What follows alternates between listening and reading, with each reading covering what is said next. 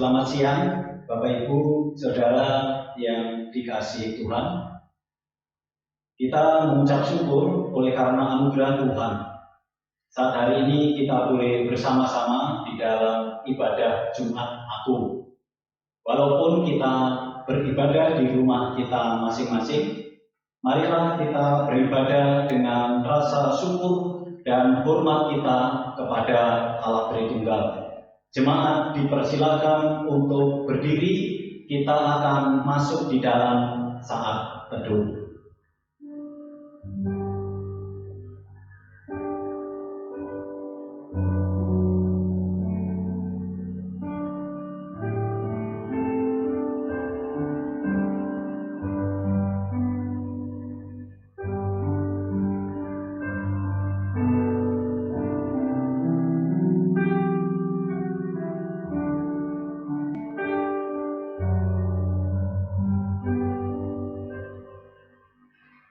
Ibadah Jumat Agung hari ini dimulai dengan satu pengakuan bahwa pertolongan kita datangnya dari Allah yang menjadikan langit dan bumi beserta segala isinya, dan yang tidak pernah meninggalkan hasil perbuatan tangannya.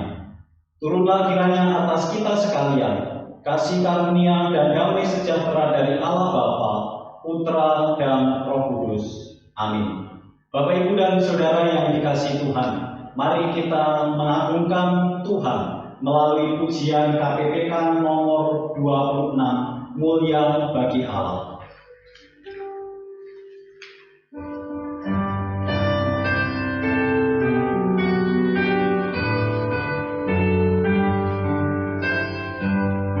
Mulia bagi Allah, kasih-Nya besar, Putranya diberikan untuk kaum berdosa, yang rela disalib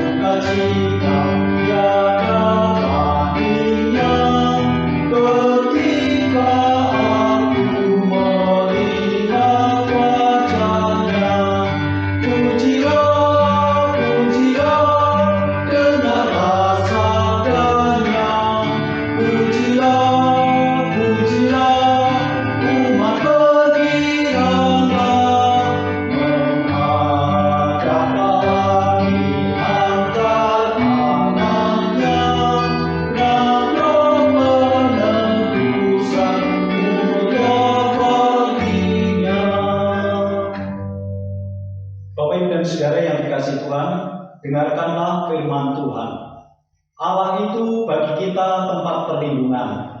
Sebagai penolong dalam kesesakan sangat terbukti. Mazmur 46 ayat yang kedua. Jemaat dipersilahkan duduk kembali. Bapak Ibu dan Saudara yang dikasihi Tuhan, sebelum kita berdoa bersama-sama dalam doa syafaat, saya mengajak Bapak Ibu Saudara mempersiapkan hati kita untuk masuk dalam doa ini dengan mengangkat pujian dari KPPK nomor 252. KPPK 252. Adakah yang melindungi?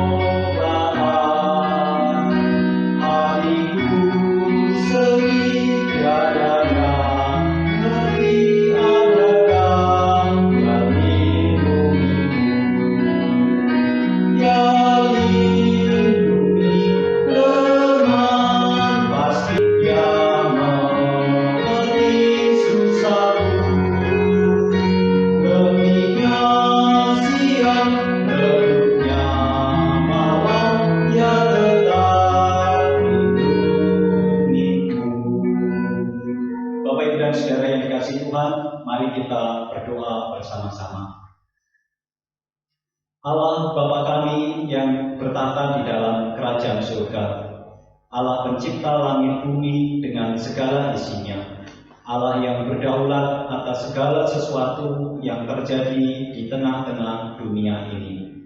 Tuhan Yesus, Gembala kami yang baik, kami datang di hadapan-Mu saat ini Tuhan, menyadari akan segala keterbatasan dan kelemahan kami yang telah kami lakukan sepanjang minggu ini.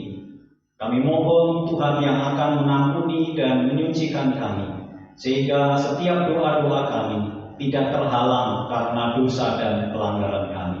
Terima kasih karena pengorbanan-Mu di atas kayu salib senantiasa tersedia pengampunan yang datangnya daripada Tuhan.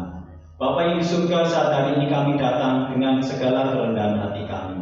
Kami mengucap syukur karena Tuhan boleh menyertai kami, sehingga saat ini kami boleh bersama-sama mengingat kembali akan kasih Tuhan yang begitu besar. Tuhan telah datang ke dalam dunia, mati di atas kayu salib bagi kami orang yang berdosa. Biarlah saat hari ini kembali kami boleh diingatkan kembali, kami boleh merenungkan kembali akan betapa besar Allah bagi kami orang-orang yang berdosa. Oleh sebab itu Bapa, sebagai orang-orang yang telah Tuhan tebus, biarlah kami boleh menggunakan hidup kami, bukan untuk diri kami sendiri, bukan hanya untuk kesenangan kami, tetapi kami boleh menggunakan seluruh anggota tubuh kami untuk kemuliaan nama Tuhan. Bapa yang di surga, kami berdoa biarlah melalui Jumat Agung ini, iman kami boleh semakin dikuatkan, kami boleh semakin bertumbuh mengenal Allah yang kami sembah, sehingga segala sesuatu yang kami lakukan boleh kami lakukan untuk hormat dan kemuliaan bagi nama Tuhan. Bapa, kami juga berdoa untuk setiap saudara-saudara kami yang sekarang mungkin sedang mengalami kelemahan tubuh, dimanapun mereka berada. Kami berdoa kiranya Tuhan menolong. Melalui kelemahan tubuh ini kami juga boleh melihat akan pertolongan Tuhan, dan bahkan Tuhan memberikan sukacita di dalam menghadapi kelemahan tubuh yang sedang mereka hadapi. Bapak, kami juga berdoa untuk segala pergumulan setiap kami masing-masing di dalam setiap usaha, pekerjaan yang boleh Tuhan percayakan kepada kami. Mungkin kami ada yang bekerja di luar rumah, ada yang bekerja di rumah, bahkan mungkin tidak bekerja. Tuhan, kami berdoa kiranya Tuhan yang akan menolong. Seberapapun berkat yang kami terima, biarlah kami boleh senantiasa mengucap syukur. Dalam situasi yang seperti ini, kami boleh diajar untuk senantiasa berharap sepenuhnya kepada Tuhan. Kami berdoa untuk bangsa dan negara kami, dan bahkan juga seluruh dunia yang sekarang ini juga sedang bergumul dengan virus corona yang sampai sekarang juga masih merajalela. Kami berdoa Tuhan, melalui peristiwa ini, kami boleh menemukan Tuhan, apa maksud dan rencana Tuhan di balik semua yang terjadi. Karena kami percaya bahwa semuanya itu berada dalam rencana Tuhan. Ada maksud dan rencana Tuhan yang mau Tuhan kerjakan melalui peristiwa ini. Oleh sebab itu, Tuhan berikan hikmat sehingga kami boleh melihat semuanya ini dari terang kebenaran firman Tuhan. Terima kasih Bapa yang di surga. Kami berdoa menyerahkan juga untuk para tim medis yang sekarang juga sedang berjuang. Kiranya Tuhan yang akan menolong, Tuhan yang akan memberikan kekuatan, sehingga mereka boleh berjuang di garis depan untuk menangani virus ini Tuhan. Terima kasih Bapak Ibu surga, pergumulan-pergumulan kami yang lain kami serahkan di dalam tangan kuasa-Mu. Terpujilah nama-Mu, dalam nama Tuhan Yesus kami berdoa. Amin. Bapak Ibu dan Saudara yang dikasihi Tuhan, saatnya kita akan bersama-sama mendengarkan kebenaran firman Tuhan. Tetapi sebelumnya mari kita mengangkat pujian dari KPPK nomor 335. Sangat besar anugerahnya. 335.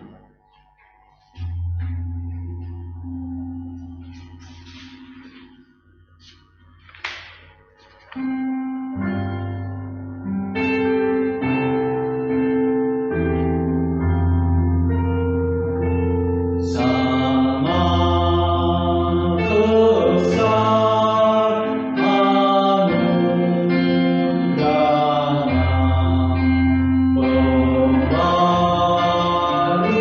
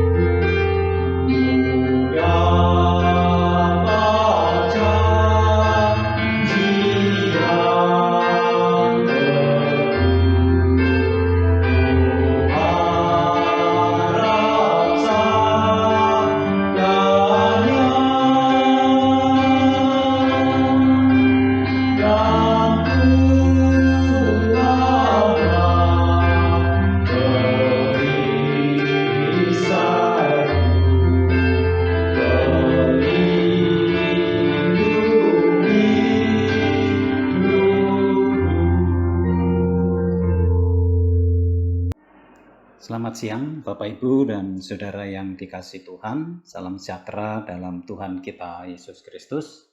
Hari ini kita akan merenungkan firman Tuhan. Tapi sebelum kita membaca dan merenungkannya, mari kita berdoa. Bapa yang di surga, terima kasih.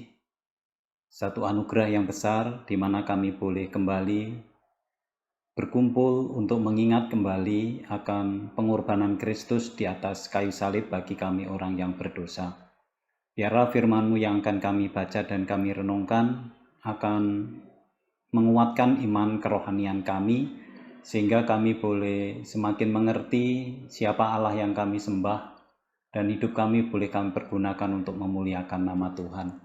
Terpujilah nama-Mu, dalam nama Tuhan Yesus kami berdoa. Amin. Saudara yang dikasihi Tuhan, renungan kita di hari Jumat yang agung ini diambil dari kitab Lukas pasal 23 ayat yang ke-34. Lukas 23 ayat 34. Demikian firman Tuhan. Yesus berkata, "Ya Bapa, ampunilah mereka sebab mereka tidak tahu apa yang mereka perbuat." Dan mereka membuang undi untuk membagi pakaiannya. Amin. Bapak, Ibu, dan Saudara yang dikasihi Tuhan, ketika Tuhan Yesus berdoa di Taman Getsemani, murid-muridnya tidak mampu turut berdoa. Mereka tertidur karena letih. Saudara yang dikasihi Tuhan, begitu juga dengan Tuhan Yesus. Ketika berdoa di Taman Getsemani, tentu saja pada saat itu tubuh jasmaninya juga sangat letih. Yesus adalah Allah yang menjadi manusia. Ia juga letih, bahkan lebih letih daripada para muridnya. Keletihan di Taman Getsemani hanyalah permulaan dari keletihan berkepanjangan yang akan dialaminya selama tubuhnya yang sangat letih dan hancur luluh di atas kayu salib. Saudara, sepanjang malam sampai pada penyaliban, Yesus benar-benar tidak memejamkan matanya. Ia dibawa ke sana kemari dari Getsemani. Tubuh yang letih itu berkali-kali diadili oleh manusia yang tidak adil. Saudara, Yesus dibawa ke mahkamah agama. Di tempat mahkamah agama, Yesus diludahi mukanya, ditutup kepalanya, serta dipukul wajah dan tubuhnya sambil menghujatnya. Di tempat Pilatus sebelum disalibkan, ia diserahkan kepada para prajurit untuk dicambuk, diperlakukan semau mereka. Di tangan para prajurit Roma, Yesus secara keji dijadikan hiburan dan bahan permainan. Para prajurit menelanjanginya mengenakan jubah ungu, menancapkan mahkota duri di kepalanya sehingga wajahnya bersimbah darah segar, lalu mengolok-olok, meludahi, menampar, memukul dengan sebuah tongkat, lalu menggiringnya ke Golgota. Saudara, karena begitu letih dan sakit yang tiada terkira setelah mengalami berbagai macam siksaan dalam perjalanannya ke Golgota, Yesus tidak mampu lagi memikul salib. Karena itu Simon dari Kirene dipaksa untuk memikul salib Yesus. Sampai di sini keletihan dan kesakitan belum berakhir. Penderitaan ke puncak Golgota memang sudah selesai, tetapi penderitaan di atas kayu salib baru akan dimulai. Penyaliban adalah bentuk hukuman mati yang sangat kejam dan mengerikan yang pernah dipikirkan dan diciptakan oleh manusia berdosa. Ketika Tuhan Yesus tergantung di atas kayu salib, kesakitan dan penderitaan yang sangat dahsyat pasti sangat dirasakan. Saat itu waktu pasti berjalan terasa sangat lambat sekali. Sebelum Yesus naik di kayu salib, ia diberi minum anggur bercampur empedu. Tetapi setelah mengecapnya, Tuhan Yesus menolak untuk meminumnya. Saudara, pada zaman itu untuk mematikan atau mengurangi rasa sakit, orang yang mau disalib dikasih minum anggur sebagai tindakan belas kasihan. Tetapi Yesus tidak mau meminumnya karena ia telah bertekad untuk menerima kematian yang paling mengerikan dan untuk tidak menghindari sedikit pun rasa sakit yang harus ia tanggung. Jadi jelaslah bahwa Yesus sadar pada saat itu sedang memikul hukuman dosa saya dan saudara. Kalau ia meminum anggur yang merupakan anggur bius, maka rasa sakitnya akan berkurang, sehingga ia tidak memikul seluruh hukuman di atas kayu salib untuk saya dan saudara. Kalau ini terjadi, maka sekalipun kita sekarang percaya kepada Yesus, maka tetap ada sebagian dosa yang harus kita tanggung sendiri. Puji Tuhan, ia menolak minum itu karena ia mau memikul 100% hukuman dosa kita. Karena itu kalau kita sekarang percaya kepada Yesus, maka 100% dosa kita diampuni. Baik dosa masa lalu, dosa sekarang, dan juga dosa yang akan datang. Dan kita tidak akan mendapatkan hukuman.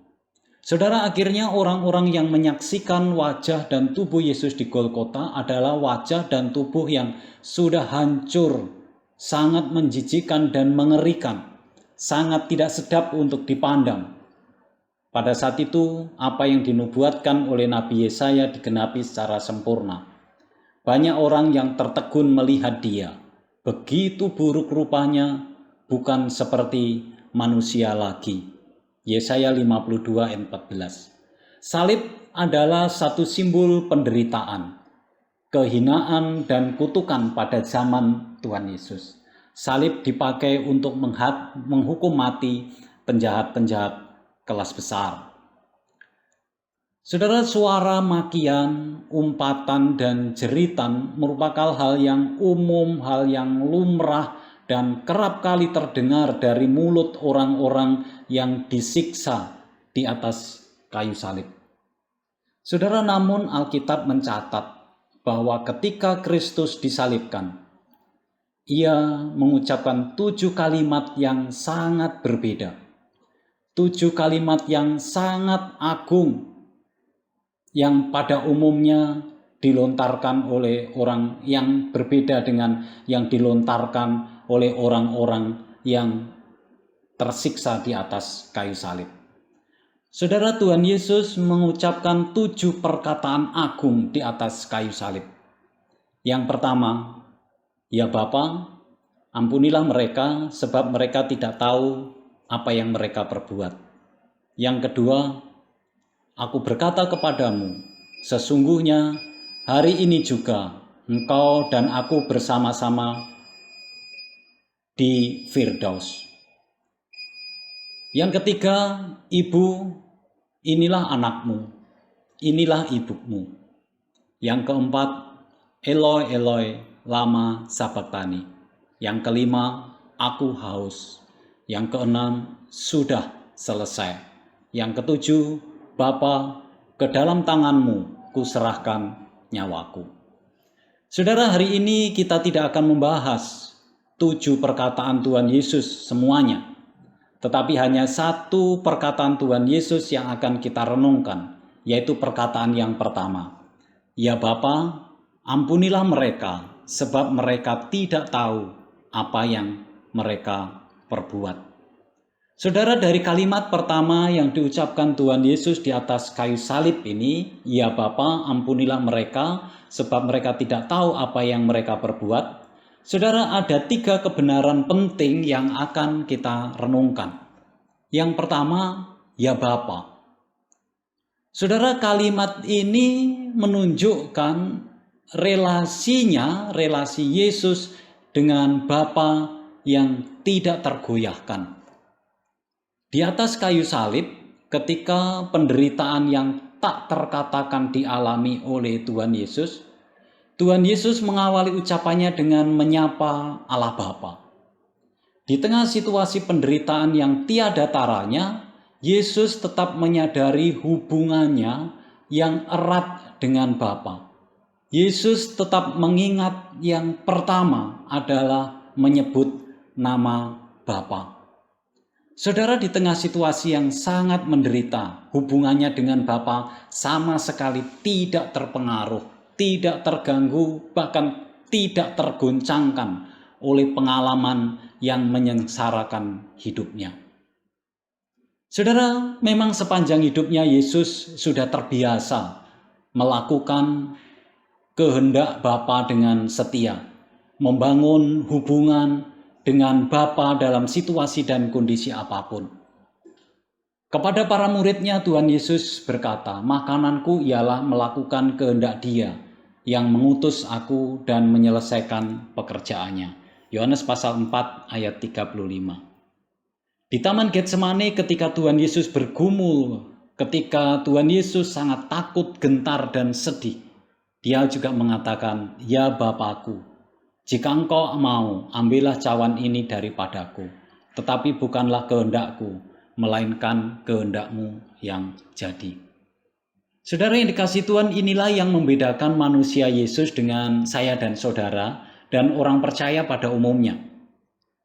Kalau manusia termasuk di dalamnya saya dan saudara, seringkali hubungan kita dengan Bapa itu terganggu, terguncang, bahkan bisa saja terputus.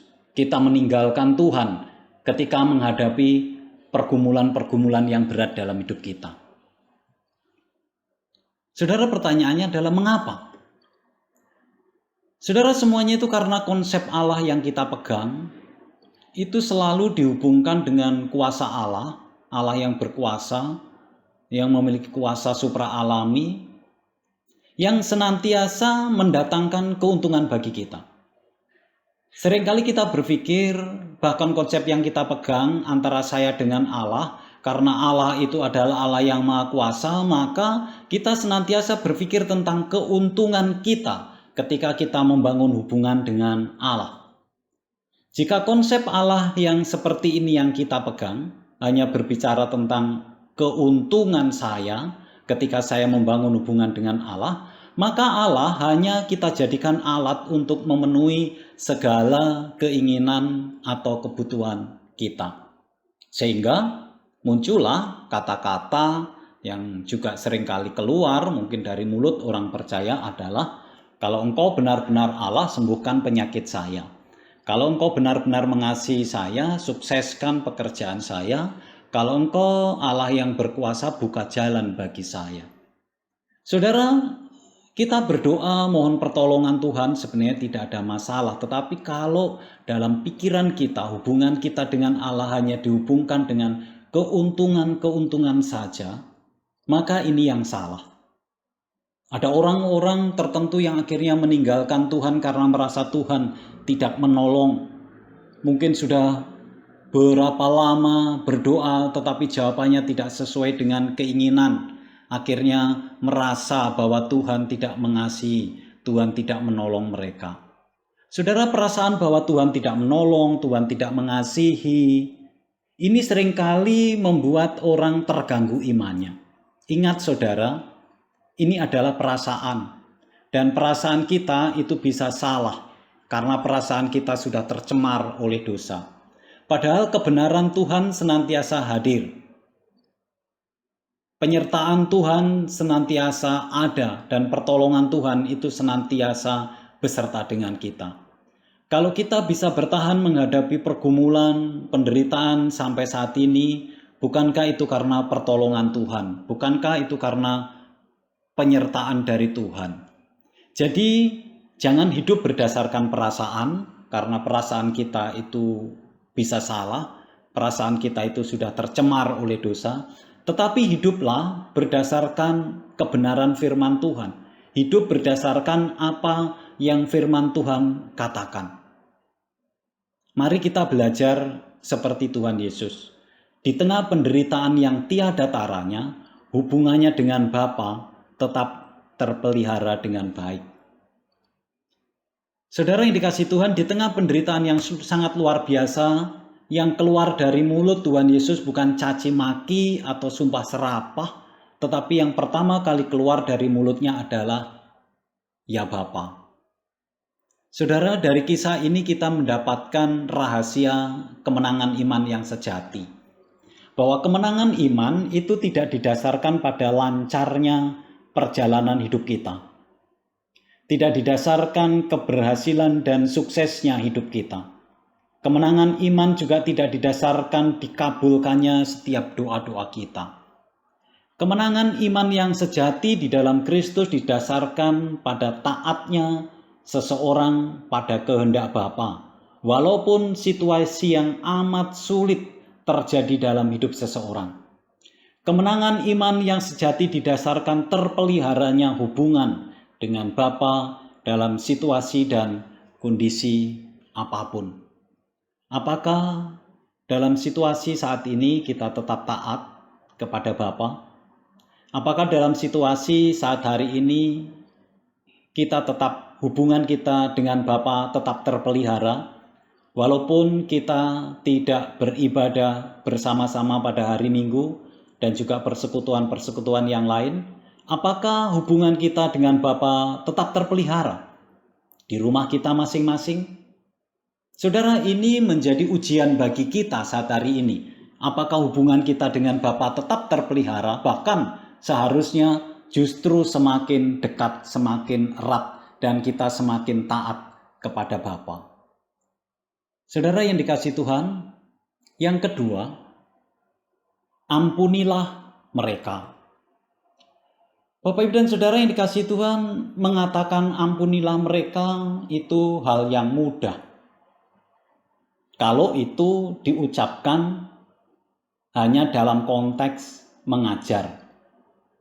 Ketika Tuhan Yesus berkata ampunilah mereka, Tuhan Yesus tidak sedang mengajar untuk mengampuni. Tuhan Yesus tidak sedang berteori. Kalau sekedar mengajar, berteori, berdiskusi, berdebat tentang mengampuni, itu mudah dan semua orang bisa. Saya dan saudara dan semua orang percaya juga bisa. Ketika Yesus mengatakan ampunilah mereka, Yesus sedang menderita yang sangat luar biasa di atas kayu salib. Yesus sedang melihat orang-orang yang menganiayanya di depan mata mereka, yang mengolok-olok, melecehkan. Orang-orang itu sedang ada di depan mereka. Di atas kayu salib, Yesus mempraktekkan apa yang pernah diajarkan kepada murid-muridnya, yaitu mengampuni. Yesus bukan pribadi yang hanya omong doang, tetapi benar-benar mempraktekkan apa yang diajarkan, menghidupi apa yang diajarkan. Saudara, meskipun manusia membencinya, meludahinya, memukulnya, mempermainkannya, menyesahnya, dan membunuhnya, Yesus tetap mengasihi mereka. Dan kasih itu dibuktikan dengan cara berdoa kepada Bapa supaya mengampuni mereka. Saudara yang dikasihi Tuhan, apa yang dilakukan Tuhan Yesus dengan mengampuni mereka bukan sembarang cinta, bukan sembarang kasih. Ini adalah cinta atau kasih yang tak tergoyahkan oleh situasi apapun.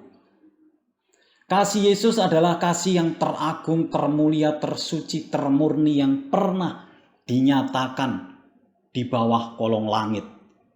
Dan hanya Yesuslah satu-satunya manusia yang mengucapkan itu. Cinta Yesus memang cinta yang sangat mengherankan.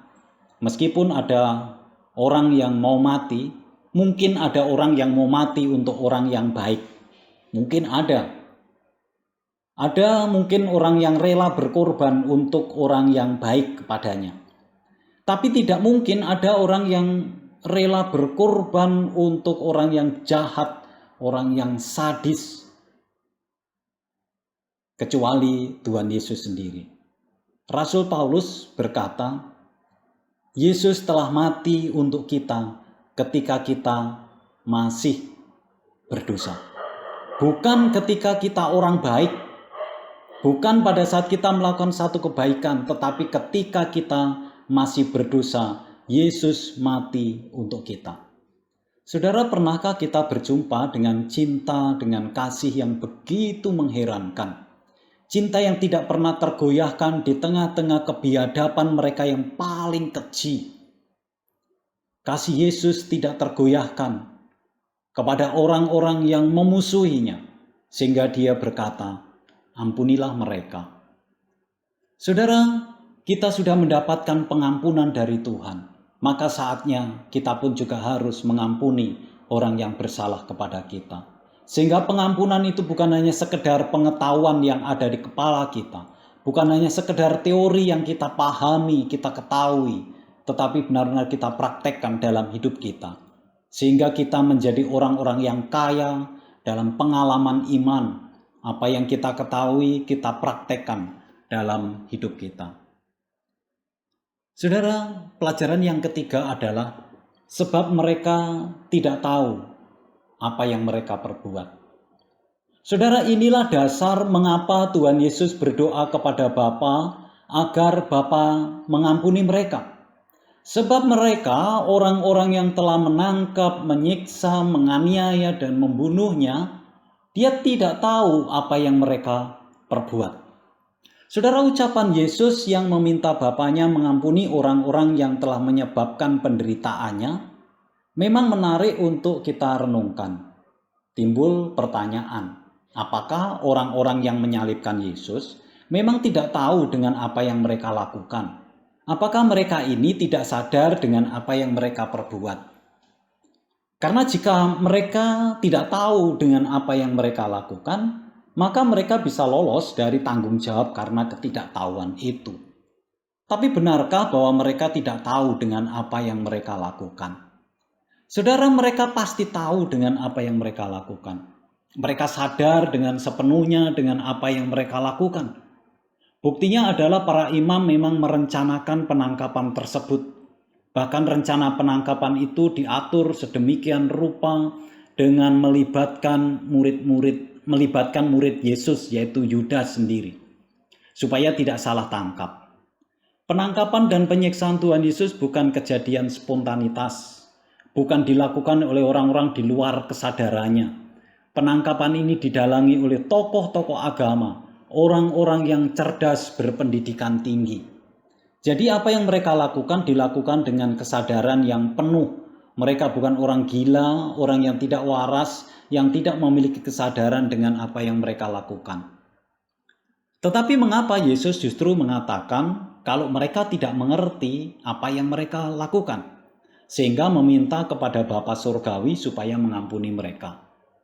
Bapak, Ibu, dan Saudara yang dikasihi Tuhan, dalam konsep iman Kristen, orang-orang berdosa, orang-orang yang berada di bawah kuasa dosa, orang-orang yang mata rohaninya dibutakan oleh ilah zaman ini, orang-orang yang masih berada di bawah kuasa dosa, mereka yang belum bertobat seringkali disebut dengan orang bodoh, berlawanan dengan orang bijaksana. Orang yang sudah percaya Yesus, orang yang di dalam Yesus disebut sebagai orang yang bijaksana. Dan orang yang masih berada di bawah kuasa dosa disebut dengan orang bodoh. Kita bisa melihat banyak referensinya berbicara tentang ini. Saudara, mereka disebut bodoh bukan karena tidak bisa menghitung, tidak bisa membaca tulisan, bukan karena tidak sekolah atau sekolah dan tidak naik kelas. Secara manusia mereka adalah orang-orang yang cerdas. Kita tahu siapa mereka, para imam, pemimpin rohani, dan juga orang-orang Israel pada waktu itu, imam besar. Tetapi sebenarnya itu adalah orang-orang bodoh, orang-orang yang malang.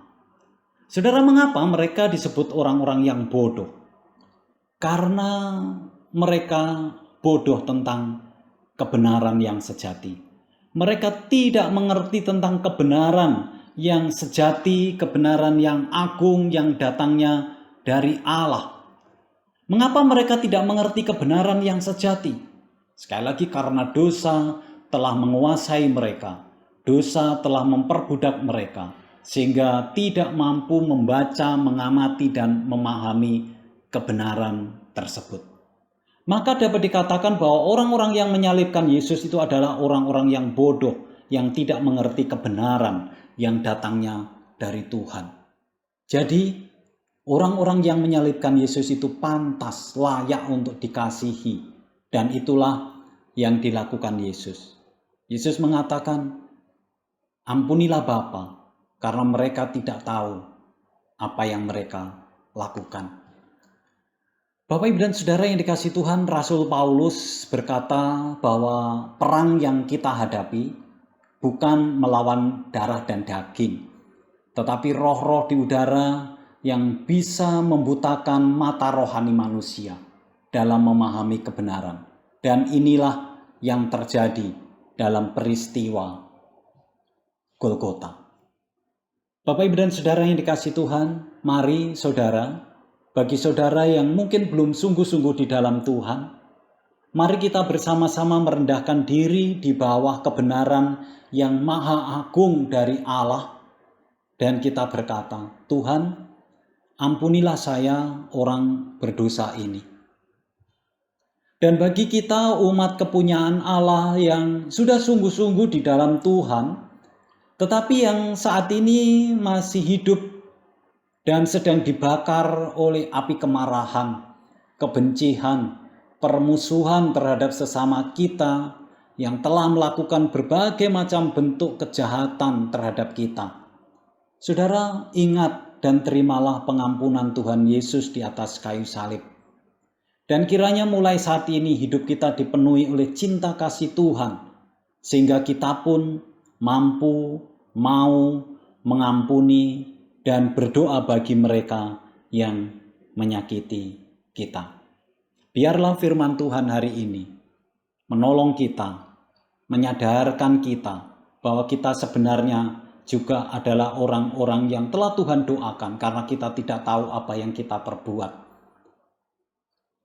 Tetapi ketika kita sudah di dalam Kristus dan kita masih juga hidup di dalam dosa, biarlah kita pun juga belajar dari Tuhan Yesus untuk berdoa bagi mereka yang telah menyakiti kita.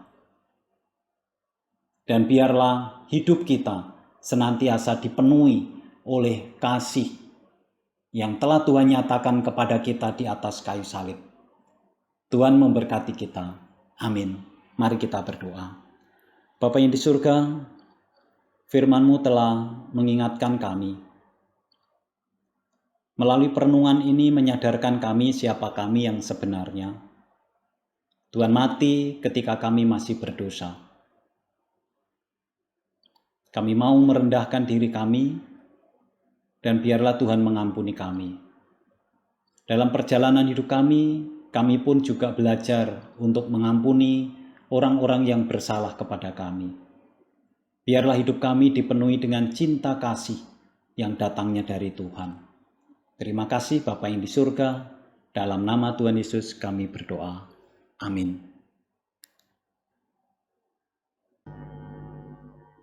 Selamat siang Bapak Ibu dan Saudara yang dikasihi Tuhan. Sekali lagi di sini saya mengajak Bapak Ibu untuk terus berdoa di rumah kita masing-masing, terus mengadakan persekutuan bersama dengan keluarga melalui waktu-waktu yang ada. Dan kita boleh saling mendoakan satu dengan yang lain, dan juga jangan lupa doakan bangsa dan negara kita yang juga sedang berjuang untuk mengatasi virus corona ini. Baik Bapak Ibu dan Saudara yang dikasihi Tuhan, kita akan mengakhiri ibadah kita hari ini. Saya undang Bapak Ibu Saudara untuk berdiri, kita akan pujikan doksologi.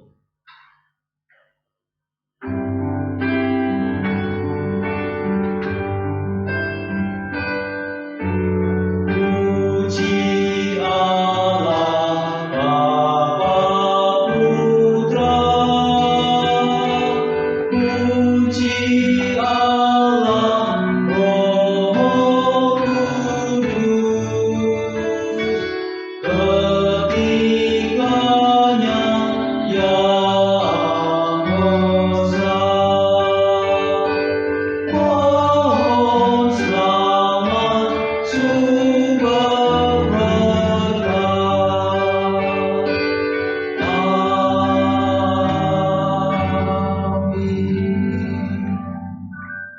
dan saudara yang dikasihi Tuhan, arahkanlah hatimu kepada Tuhan dan terimalah berkat Tuhan. Tuhan memberkati engkau dan melindungi engkau. Tuhan menyinari engkau dengan wajah-Nya dan memberi engkau kasih karunia. Tuhan menghadapkan wajah-Nya kepadamu dan memberi engkau damai sejahtera. Amin.